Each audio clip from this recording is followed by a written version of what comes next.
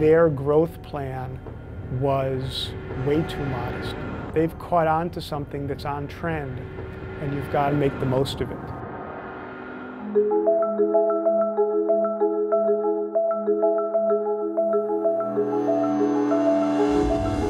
I really love being an entrepreneur. You want to be ambitious, but you also have to be ambitious with a data-driven approach. It's a lot of hard work, but the wins are so personal.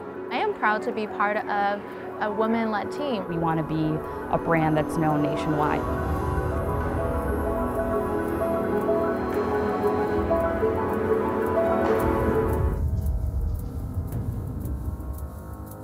When I started this business, I was really risk averse.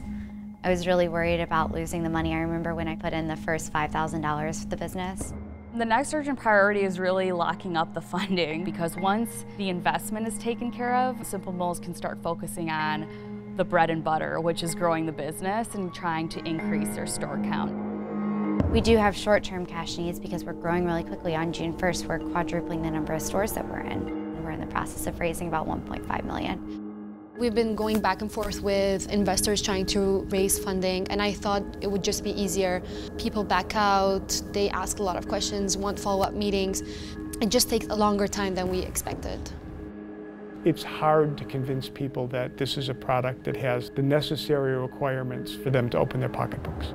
I think you're always looking for something that's a little bit unique or different, and I think it's more about the people and their ability to think about the business.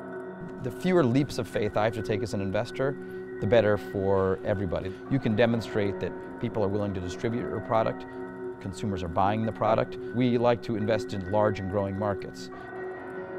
Marketplaces are very, very difficult. I think the biggest thing that we learned from the New Venture Challenge was how to tell our story.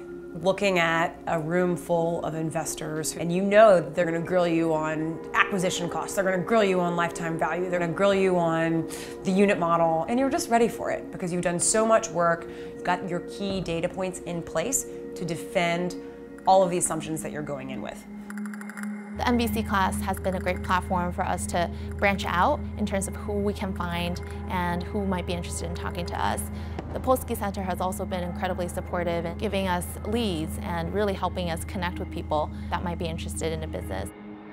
In this year alone, I've slept in probably 25 different cities. You have to work really hard, so you have to be ready to do that. There's so much to do, and there's a lot of uncertainty as well. Katlin has gone from, I'm going to ask for $100,000 to I'm going to ask for $1.5 million. That's huge. If you are going to turn Simple Mills into the 21st century Betty Crocker, you got to sell about 1/3 of it. They're going to have to prove they can scale because those venture investors are going to want a return on their assets. When you're presenting to investors, you have to get very specific and very analytical about what exactly you need in terms of funding.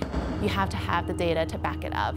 It really shows that you've done your homework and that you're not here to play around.